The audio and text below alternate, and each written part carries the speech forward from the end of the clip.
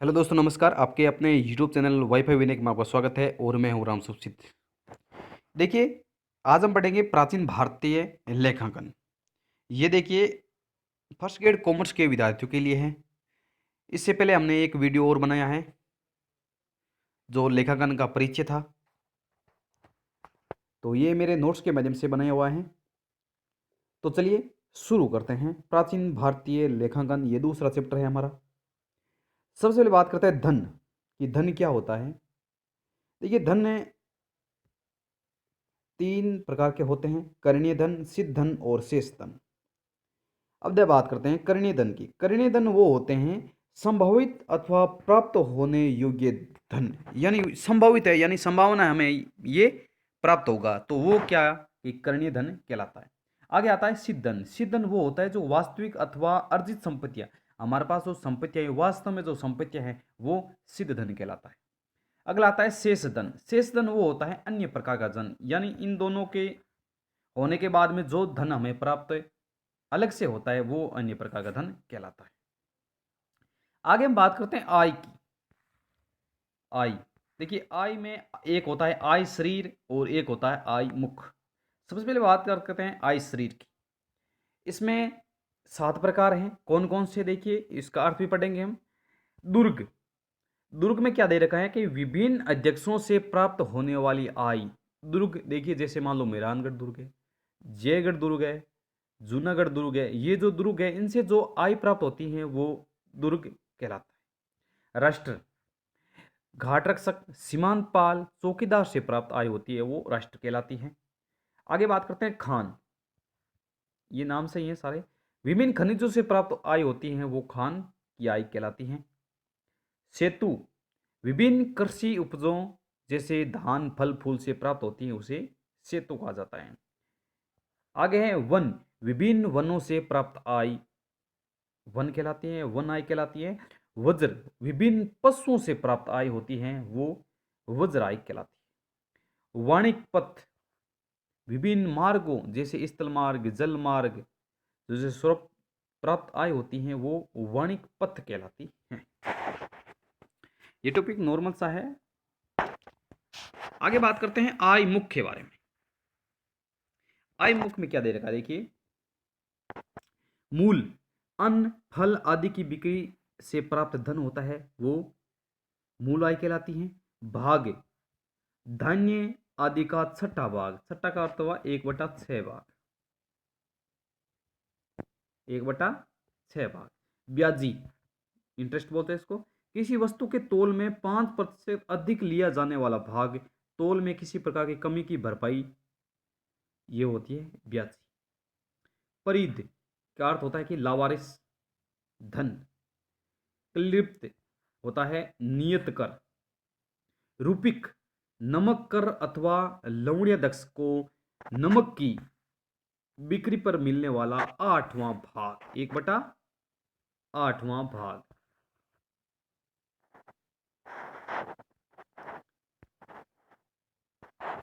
आगे बात करते हैं अव्यय। दंड अथवा जुर्माने से प्राप्त धन होता है उसको बोलते हैं अव्यय। या प्रश्न पूछा जा सकता है कि दंड अथवा जुर्माने से प्राप्त धन होता है वो क्या कहलाता है, वो कहलाता है अव्यय। आगे बात करते हैं आय की बात की हमें, अभी आय की बात की, अब बात करते हैं व्यय की। व्यय होता है व्यय शरीर। पहला आता है व्यय शरीर। इसमें कुल 22 मदें हैं। कितनी? कुल 22 मदें हैं। कौन कौन सी देखते हैं? देव पूजन, पितृपूजन, दान, आयुधागार, राजपत्नी या राजपुत्र, भोजनशाला, दूत, कारखाना, कोष्ठागार, पण्यग्रह, कुप्यग्रह, हस्ती संग्रह, पैदल सेना, अश्व सेना यानी घोड़ों की सेना, रथ सेना, हिंसक पशुओं की रक्षा, गोमंडल, पशुवाट, पशुओं से संबंधित, पक्षीवाट, पक्षियों से संबंधित, काष्ठवाट, मजदूरों और शांति एवं पुष्टि हेतु पुरोहितों को जो धन दिया जाता था। ये कुल प्रकार 22 मदें हैं व्यय शरीर की। व्ययों का वर्गीकरण की बात करें 2 नंबर पर। अब देखिए, नित्य, नित्य का अर्थ होता है प्रतिदिन होने वाला व्यय, नाम से ही है नित्य, प्रतिदिन होने वाला व्यय। नित्योत्पादिक, इसका अर्थ होता है निर्धारित नित्य व्यय के अतिरिक्त किया गया व्यय। अगला आता है लाभ, पाक्षिक, मासिक, वार्षिक लाभ के लिए किया जाने वाला व्यय। यानी पाक्षिक होता है 15 दिनों के आधार पर, मासिक महीनों, और वार्षिक का साल भर का पूरा लाभ। लाभोत्पादी को होता है निर्धारित लाभ व्यय के अतिरिक्त किया गया व्यय। अगला आता है निवी बचत, इसको ध्यान से देखना। निवी बचत या निवी बोलते हैं बचत धन को। आय में से व्यय काट देने के बाद में बचे हुए धन को निवी कहा जाता है। जैसे मान लो हमारी आय कितनी है, 100 रुपये। अब देखिए, इसमें से 20 रुपये हमारा व्यय यानी खर्चा हो गया, तो जो पीछे बची 80 रुपये जो पीछे बचा है, ये हमारा निवी कहलाता है। क्या? निवी कहलाता है। प्रथम देखिए, जो राजकोष में जमा किया जा चुका है, और द्वितीय है अनुवृत्त, जो राजकोष में जमा किया जाना था किंतु अभी नहीं हुआ है। प्राचीन केंद्रीय लेखाधिकारी को अक्षपटल मध्यस्थ कहा जाता था। प्राचीन केंद्रीय लेखाधिकारी को क्या कहा जाता था? अक्षपटल मध्यस्थ कहा जाता था। राज्य के लेखा विभाग द्वारा वार्षिक लेखा अवधि की समाप्ति आषाढ़ पूर्णिमा को मानी जाती थी। अब देखिए, जैसे मान लो अभी इनकम टैक्स के माध्यम से 31 मार्च को लास्ट अवधि मानी जाती, 1 अप्रैल से नया वर्ष शुरू हो जाता था। लेकिन पहले पहले ये आषाढ़ पूर्णिमा को मानी जाती थी। आषाढ़ यानी जो हिंदी माह का महीना है, उसकी पूर्णिमा को मानी जाती थी। अक्षपटल में रखी जाने वाली लेखा पुस्तकों को उस समय निम्न पुस्तकें कहा जाता था। क्या कहा जाता? निम्न पुस्तकें कहा जाता था। आगे बात करते हैं लेखांकन अवधारणाएं एवं परंपराएं। यानी अवधारणा कौन सी होती है और परंपराएं कौन सी होती हैं, ये कौटिल्य के आधार पर बात करेंगे। अवधारणाएं, सबसे पहले बात करते हैं अवधारणा की। अवधारणा में देखिए, प्रत्यक्ष अस्तित्व संबंधित अवधारणा।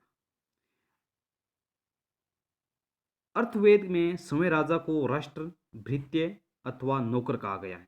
अब देखिए, प्रत्यक्ष अस्तित्व संबंधित अवधारणा क्या कहती है? ये कहते हैं कि व्यापारी यानी जो जो कंपनी का या व्यापार का जो मालिक होता है और व्यापार होता है, ये दोनों अलग होने चाहिए। प्रत्यक्ष अस्तित्व है अलग, यानी दोनों का लेन देन अलग होना चाहिए, व्यक्ति का अलग, व्यापार का अलग। दूसरी आती है मिलान की अवधारणा। देखिए, एक साइड होता है डेबिट और एक साइड होता है क्रेडिट, इन दोनों का मिलान जरूरी है। यहाँ पर जितना अमाउंट आया उतना का उतना अमाउंट यहाँ आना चाहिए। इन दोनों मिलान की अवधारणा कहलाती है। मुद्रा मापन संबंधित अवधारणा, इसको समझिए। इसमें यह कहता है कि सिर्फ मुद्रा में मापी जाती वस्तुएं होती हैं, उनको ही लिखा जाता है। जैसे मान लो हमने 5,000 का माल खरीदा, तो ये लिखा जाएगा। जैसे हमने किसी नए व्यक्ति को दुकान में रखा, तो ये कोई लेन देन नहीं है, इसको मुद्रा में नहीं माप सकते। इसका अर्थ हुआ कि जो मुद्रा में वस्तुएं मापी जाती हैं, उनका ही लेन देन लिखा जाता है। लेखांकन अवधि संबंधित अवधारणा। अब लेखांकन अवधि का मतलब होता है 1 साल की अवधि, 1 महीने की अवधि, 3 महीने की अवधि, 6 महीने की लगभग अवधि। लगभग सामान्यतः अवधि 1 साल की मानी जाती है। आगे हम बात करते हैं परंपराएं। परंपराएं की बात करें, परंपरा होती है पूर्ण प्रकटीकरण की परंपरा।